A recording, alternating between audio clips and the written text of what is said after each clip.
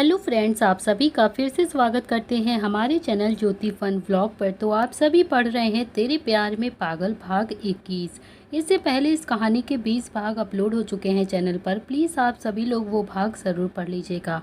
आप सब ने अब तक पढ़ा था, विराट को बहुत ज़्यादा गुस्सा आ रहा था राहुल शर्मा और श्रद्धा की शादी की बात सुनकर।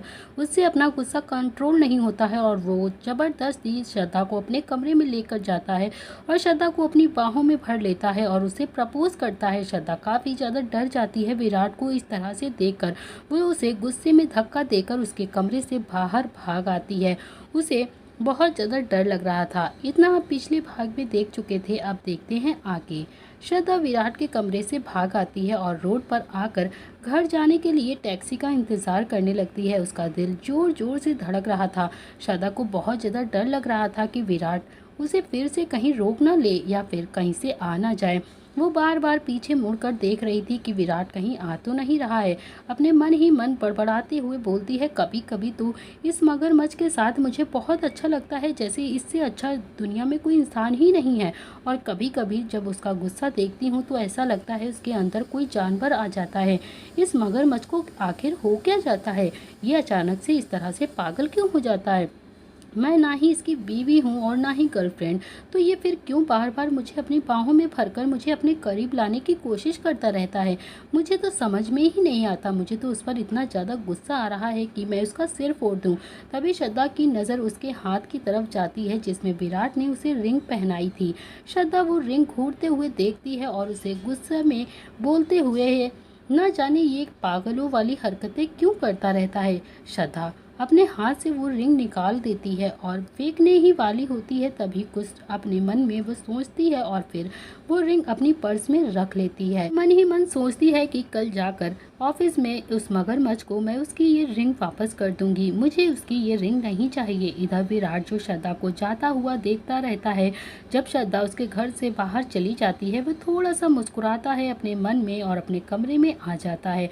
उसे थोड़ा थोड़ा सा गुस्सा भी आ रहा था खुद के ऊपर, न जाने क्यों उसने आज ऐसी हरकत कर दी थी। उसने अपने कमरे में लगी खिड़की धीरे से खोली और फिर बाहर की तरफ देखकर श्रद्धा को देखने लगा। श्रद्धा जो रोड पर खड़ी थी वो उसे बहुत ही ज़्यादा प्यार से घूर रहा था। तभी एक टैक्सी वाला वहां पर आ जाता है। श्रद्धा काफ़ी देर से टैक्सी के लिए परेशान थी। वो जल्दी से टैक्सी वाले के पास जाती है, उस टैक्सी को रोकती है और अपने घर के लिए निकल जाती है। विराट जो अजीब सा महसूस कर रहा था श्रद्धा के जाने के बाद, उसे ना जाने क्यों बहुत ही ज़्यादा घबराहट महसूस हो रही थी। वो आकर अपने बेड पर बैठ जाता है और श्रद्धा के बारे में सोचने लगता है। इधर श्रद्धा पूरे रास्ते विराट के बारे में ही सोचते हुए अपने घर पहुंच जाती है। इधर विराट जो काफ़ी ज़्यादा गुस्से में अपने कमरे में इधर से उधर चक्कर काट रहा था, वो अपनी अलमारी खोलता है और उसमें से एक फ़ोटो फ्रेम निकालता है जो कि उसके किसी लड़की का था और बहुत ही ज़्यादा खूबसूरत उस लड़की की फ़ोटो लग रही थी। विराट उस फोटो को देखकर काफ़ी ज़्यादा गुस्से में आ जाता है और वो ज़ोर से उस फोटो को देखकर चिल्लाता है, तुम मुझे इसीलिए छोड़कर गई थी ना कि मैं बेदिल हूँ और बेरहम हूँ और बहुत ही ज़्यादा गरीब था, है ना? और मगर इत्तेफाक तो देखो, तुम्हारे जाने के बाद मैं और भी ज़्यादा बेरहम हो गया और बेदिल हो गया। मगर हाँ, आज मैं उस मुकाम पर आ गया हूँ जहाँ तुम खुद मुझसे मिलना चाहूँगी, मगर मैं अब तुमसे मिलना नहीं चाहता। मैं तुमसे बहुत नफरत करता हूँ। ये लड़की कोई और नहीं थी, विराट की गर्लफ्रेंड थी जिसे विराट बेइंतहा मोहब्बत करता था। मगर विराट की गरीबी देखकर ये लड़की विराट को छोड़कर उसके कॉलेज के टाइम से ही चली गई थी। विराट थोड़ा सा गुस्से में उस फोटो को देखते हुए बोलता है, मेरी इस हालत की वजह भी सिर्फ तुम हो राशि। तुम्हारी वजह से ही आज मैं इतना ज़्यादा बेरहम हो गया हूँ।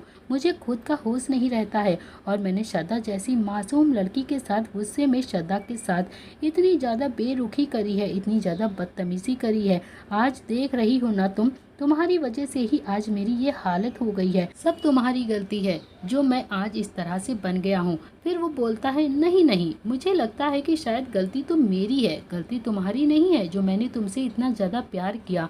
काश मैंने तुमसे कभी प्यार ना किया होता और ना ही तुम्हें मेरी ज़िंदगी में आती, ना ये कभी मेरे साथ होता, मुझे इतना ज़्यादा बदलना भी ना पड़ता।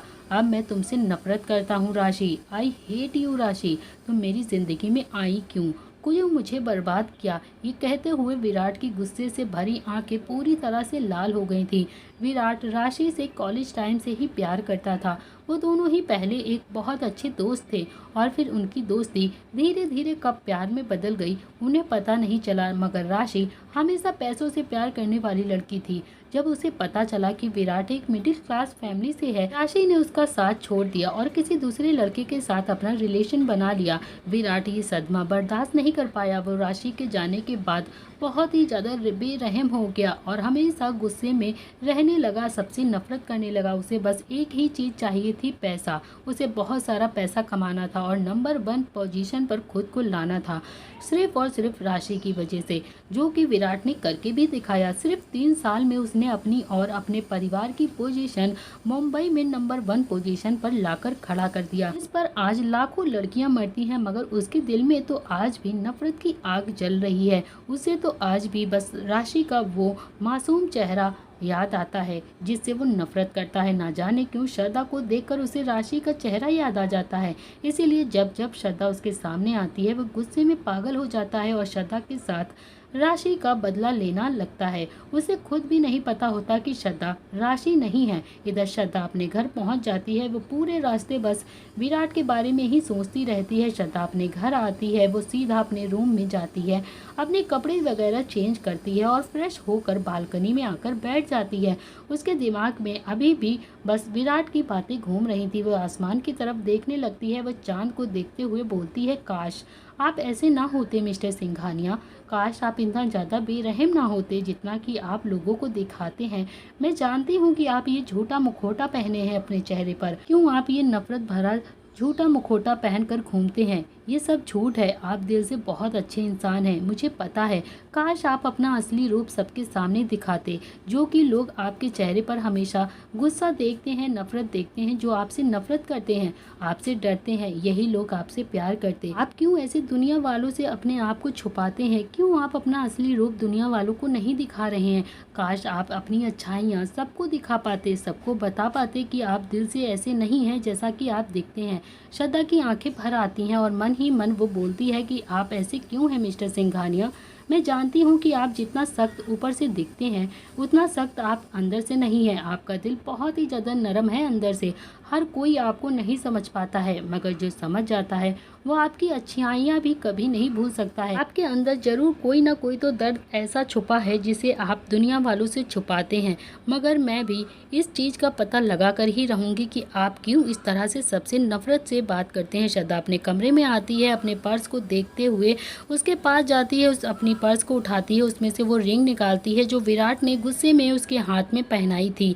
उसे प्रपोज करते टाइम पे वो उस रिंग को देखती है और फिर मन ही मन बड़बड़ाती है कि मैं कैसे मान लूँ मिस्टर सिंघानिया कि आप मुझसे प्यार करते हैं। मैं जानती हूँ कि ये रिंग आपने मुझे गुस्से में पहनाई है।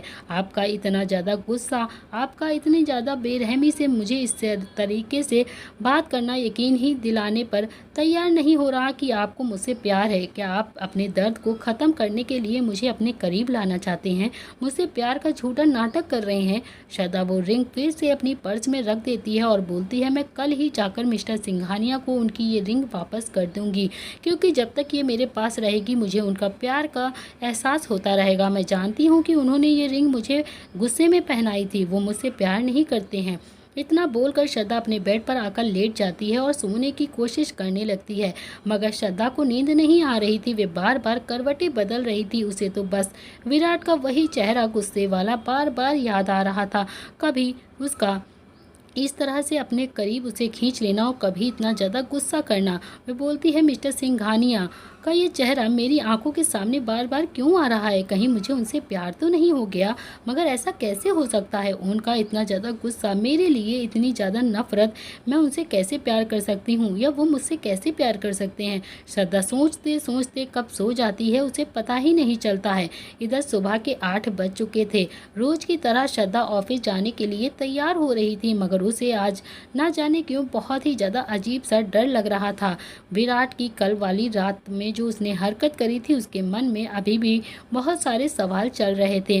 वो सोच रही थी कि कैसे वो मिस्टर सिंघानिया का सामना करेगी, कहीं वो फिर से उसे देखकर गुस्सा ना हो जाए। विराट को देखकर उसके दिल में कुछ कुछ तो अब होने लगा था। अपने मन में सोचती है कि वो आज ही जाकर राहुल शर्मा के बारे में विराट को सारी सच्चाई बता देगी कि किस तरह से वे उससे जबरदस्ती शादी करना चाहता है, उसे अपना बनाना चाहता है, जिससे के लिए वो आए दिन उसके घर पे हर रोज ड्रामा करता है। श्रद्धा ये सोचते हुए तैयार हो जाती है और ऑफिस के लिए निकल जाती है। इधर विराट जो अपने कैबिन में बैठा कुछ सोच रहा था, चारों तरफ फैली बता रही थी कि कुछ ना कुछ तो जरूर हुआ है जिससे आज ऑफिस में इतनी ज्यादा शांति है और कोई भी काम की बातें तक नहीं हो रही हैं। वैसे तो विराट के गुस्से की वजह से हमेशा ही ऑफिस में शांति रहती है और सिर्फ काम की ही बातें होती हैं, मगर अब फर्क बस इतना था कि एम्प्लॉयज़ के मन में विराट के गुस्से को लेकर और भी ज़्यादा डर बढ़ गया था और भी ज़्यादा खतरा हो रहा था उन सबको अपनी जॉब के लिए। सभी के मन में ये चल रहा था कि अगर उनकी कोई भी छोटी सी एक गलती तक विराट को नज़र आ गई तो वो दोबारा इस ऑफिस में कभी भी नज़र नहीं आएंगे। इधर अक्षत विराट के कैबिन में आया, उसने देखा तो विराट अपनी चेयर पर बैठा हुआ कुछ फाइल्स को चेक कर रहा था। चेहरे पर कोई भी भाव नहीं थे। उसके सामने एक आदमी खड़ा तो जो काफ़ी ज़्यादा डर रहा था, जो विराट के बोलने का इंतज़ार कर रहा था। विराट ने बिना उसकी तरफ देखे कहा, लगता है तुम यहाँ काम करना नहीं चाहते हो, तुमने बहुत बड़ी गलती करी है, अनजाने में की हो या जानकर, मगर गलती तो गलती होती है। वो आदमी डरते हुए कहने लगा, नहीं सर, ऐसी बात नहीं है, प्लीज़ मुझे माफ़ कर दीजिए, प्लीज़ फॉरगिव मी, ऐसी गलती दोबारा नहीं होगी। विराट ने अपना सिर उठाया और गुस्से में उस आदमी की तरफ देखने लगा। विराट को इस तरह से देखता देख उस आदमी की हिम्मत टूट गई और कोई भी हिम्मत नहीं हुई कि वो उससे कुछ कहे।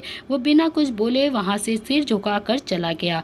अक्षत उस आदमी के जाने के बाद विराट के कैबिन में आया और उसके सामने पड़ी चेयर पर आकर बैठ गया और बोला, भाई मुझे लगता है कि आप इसे एक चांस दे सकते हो। विराट अक्षत की तरफ देखकर घूरता हुआ उसे बोलता है, ये सब ऐसे कब तक चलता रहेगा अक्षत? विराट ने गहरी सांस ली और कहा, इसने हमारी कंपनी की डिटेल्स मल्होत्रा की देने की हिम्मत की है। तुम जानते भी हो क्या हो सकता है। तू चाहता है कि मैं इसे छोड़ दूं? तू अच्छे से जानता है मैं दुनिया में सबसे ज़्यादा नफरत धोखा देने वालों से करता हूँ। वो तो शुक्र मना कि मैंने इसे जिंदा छोड़ दिया, नहीं तो ये आज जिंदा ना जाता। ये कहते हुए विराट की आंखों में काफ़ी ज़्यादा गुस्सा आ गया था। उसने अपनी नज़रें अपनी फाइल्स की तरफ फिर से घुमा दी। अक्षत विराट को अभी देख ही रहा था। अक्षत ने उसे समझाते हुए कहा, भाई 3 साल हो गए हैं, आप अभी तक उस बात को लेकर बैठे हैं, सब कुछ भूल जाइए ना। मैं जानता हूँ जो भी हुआ है अच्छा नहीं हुआ है। अक्षत कुछ बोल पाता इससे पहले ही विराट ने जोर से टेबल पर अपना हाथ मारा और फाइल्स को फेंकते हुए बोला, तू कुछ काम की बात करने आया है अगर तो बोल, नहीं तो ये फालतू की बकवास सुनने का मेरे पास ना टाइम है और ना ही इंटरेस्ट। तो यहाँ से जा सकता है। अक्षत ने एक गहरी सांस ली और विराट का तरफ देखते हुए धीरे से कहा, अच्छा ठीक है, जो आपने अपने विला में 4 दिन से किसी को बंद करके रखा है उसका क्या करना है ये बताइए। उस आदमी को बहुत सारे लोग ढूंढ रहे हैं उसके।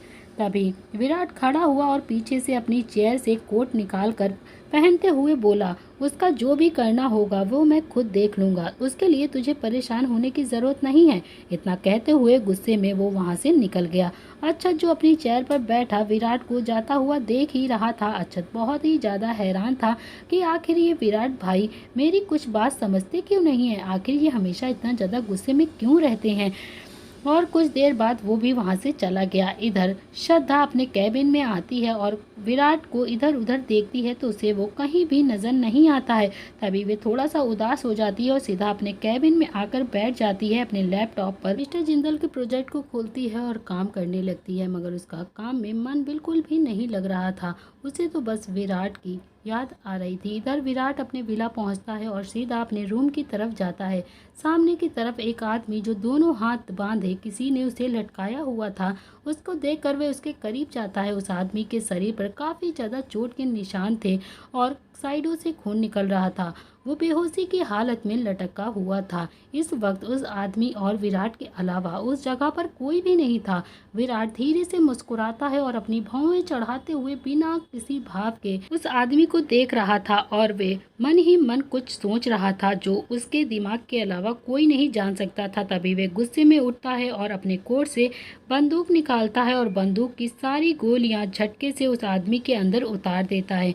विराट का गुस्सा इतना ज़्यादा बढ़ गया था कि इस समय उसके सामने अगर कोई और भी होता तो वो जिंदा ना बच पाता। उसके इतना ज़्यादा गुस्सा सवार हो गया था। विराट काफ़ी ज़्यादा गुस्से में उस आदमी के अंदर सारी गोली उतार देता है। फिर विराट के चेहरे पर अभी भी कोई भी भाव नहीं थे, मगर उस आदमी के खून की कुछ छींटें उसके चेहरे पर आ चुकी थी। तभी थोड़ी देर बाद उस आदमी को देखता रहता है और वे खुद मुस्कुराता है और बोलता है, मल्होत्रा, तूने बहुत बड़ी गलती करी थी विराट सिंघानिया से भिड़ने की। इसकी सज़ा तो तुझे मिलनी ही थी। Good bye Malhotra. आज के बाद कोई भी विराट सिंघानिया से भिड़ने की हिम्मत नहीं करेगा।